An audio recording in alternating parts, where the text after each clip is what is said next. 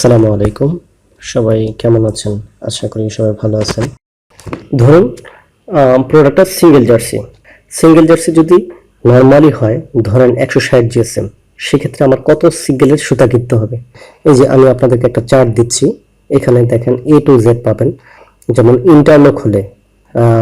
Interlock হলে কত, এটা কি ল্যাকড়া না ল্যাকড়া ছাড়া, কত সিঙ্গেলের সুতা কিনতে হবে? আপনি যদি সিঙ্গেল জার্সি কিনেন, সেক্ষেত্রে এটা কি ল্যাকড়া হবে না ল্যাকড়া ছাড়া হবে? এই যে এখানে যে যত সিঙ্গেলের সুতা দেওয়া আছে, আপনি যদি ওই কাউন্টে সুতা কিনেন, তাহলে সেক্ষেত্রে আপনি ঠিকভাবে করতে পারেন। এই যে পিকেরও দেওয়া আছে, রিব আছে, ইন্টারলক আছে, মানে সব ফ্যাব্রিকের মানে কত সিঙ্গেলের সুতা কিনতে হবে সেটা এখানে বিস্তারিত দেওয়া আছে, আপনারা এখান থেকে দেখে নিতে পারেন।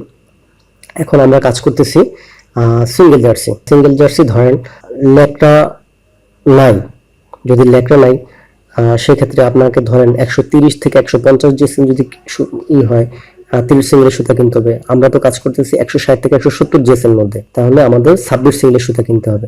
ঠিক আছে, এইখানে টোটাল একটা হিসাব দেওয়া আছে, ডিসক্রিপশনে দেওয়া আছে, আপনারা দেখতে পারেন। এখানে টোটালি দেওয়া আছে। এটা হচ্ছে ইয়ার্ন হিসাব। ইয়ার্ন আপনারা কোথায় পাবেন? ইয়ার্ন হচ্ছে আপনার নারায়ণগঞ্জে অসংখ্য মার্কেট আছে। নারায়ণগঞ্জ বলেন, তারপরে গাজী বলেন, বিশেষ করে নারায়ণগঞ্জে এরকম আপনি যদি প্রাথমিক অবস্থায় কাজ করতে চান, সেক্ষেত্রে আপনি নারায়ণগঞ্জ থেকেই সুতা নিয়ে কাজ করতে পারেন, সবচেয়ে ভালো হয় আর কি। এছাড়া নারায়ণগঞ্জ টানবাজার যেটাকে বলে, টানবাজার মধ্যে অসংখ্য দোকান আছে, অসংখ্য দোকান, সুতার দোকান, আপনি সেখান থেকে সুতা নিয়ে কাজ করতে পারেন। এখন আর যদি আপনার বেশি পরিমাণে অর্ডার হয়, সেক্ষেত্রে আপনি বিভিন্ন ইয়ার্ন কোম্পানি আছে, যেমন এনার্জি আছে, ডাবল এ আছে, মোশারফ আছে, এরকম অসংখ্য কোম্পানি আছে, আপনি তাদের থেকে সুতা নিয়ে কাজ করতে পারেন। তারপর হচ্ছে আপনাকে যেটা করতে হবে, আপনি তো প্রথম খুব কম প্রোডাক্ট নিয়ে কাজ করবেন। ধরেন আপনি একটা স্যাম্পল নিয়ে কাজ করতেছেন, সেক্ষেত্রে তো আপনি এক বস্তা সুতা কিনবেন না, মানে 50 কেজি সুতা কিনবেন না, আপনাকে হয়তো বা 10 কেজি সুতা কিনতে হবে, বা 5 কেজি সুতা কিনতে হবে, 10-15 কেজি কিনতে হবে। হ্যাঁ, তো সেক্ষেত্রে কি করতে হবে? আপনাকে ফার্স্টে ইয়ার্ন কিনতে হবে। ইয়ার্নের পর্ব গেল, তো একটা মেশিনের মধ্যে বিভিন্ন মেশিনের বিভিন্ন গঠন।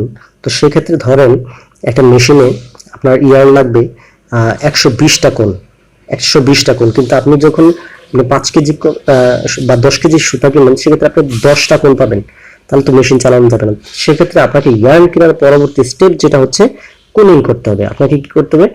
যে 1 কেজি সুতাটাকে কমিয়ে আপনি এই 10 কেজি সুতাকে 100 কোণ বা 120 কোণ, মেশিন যা বলে আর কি, আপনি বিভিন্ন নিটিং ফ্যাক্টরির সাথে কথা বলবেন যে এই সুতা এইটা করতে হলে।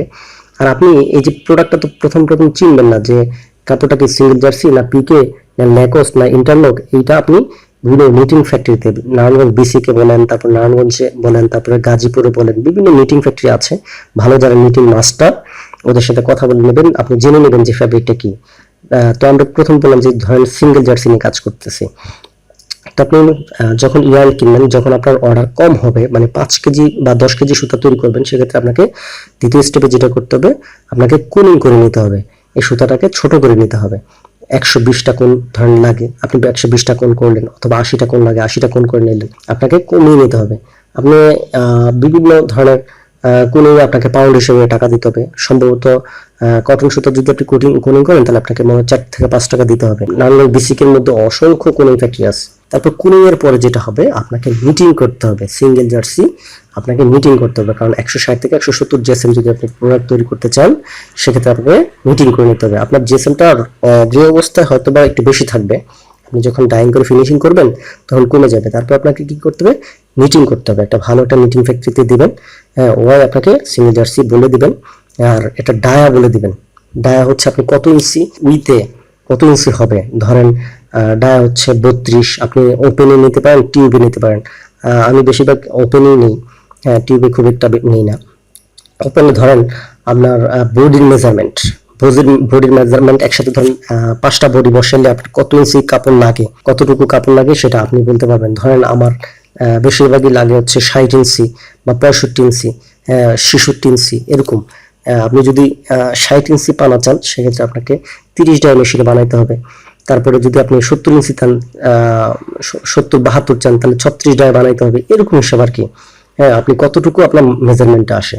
ধরেন আমরা 60 ইঞ্চিতেই কাজ করব, তো সেক্ষেত্রে আপনাকে 30 ডাইমেনশনে আপনাকে করতে হবে। ঠিক আছে, আপনার নিচিং শেষ, তারপরে আপনাকে যেটা করতে হবে ডাইং করতে হবে। ডাইং করতে হবে, সেক্ষেত্রে আপনি ডাইং এর অনেকগুলো প্রসেস আছে।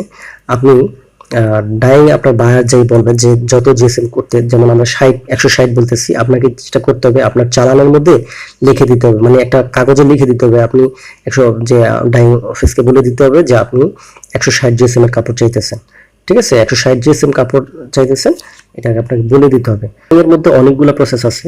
তার মধ্যে হচ্ছে আপনি যদি ল্যাকড়া থাকলে সেক্ষেত্রে আপনাকে হিট সেট করতে হবে। প্রথমে যেটা করতে হবে হিট সেট করতে হবে।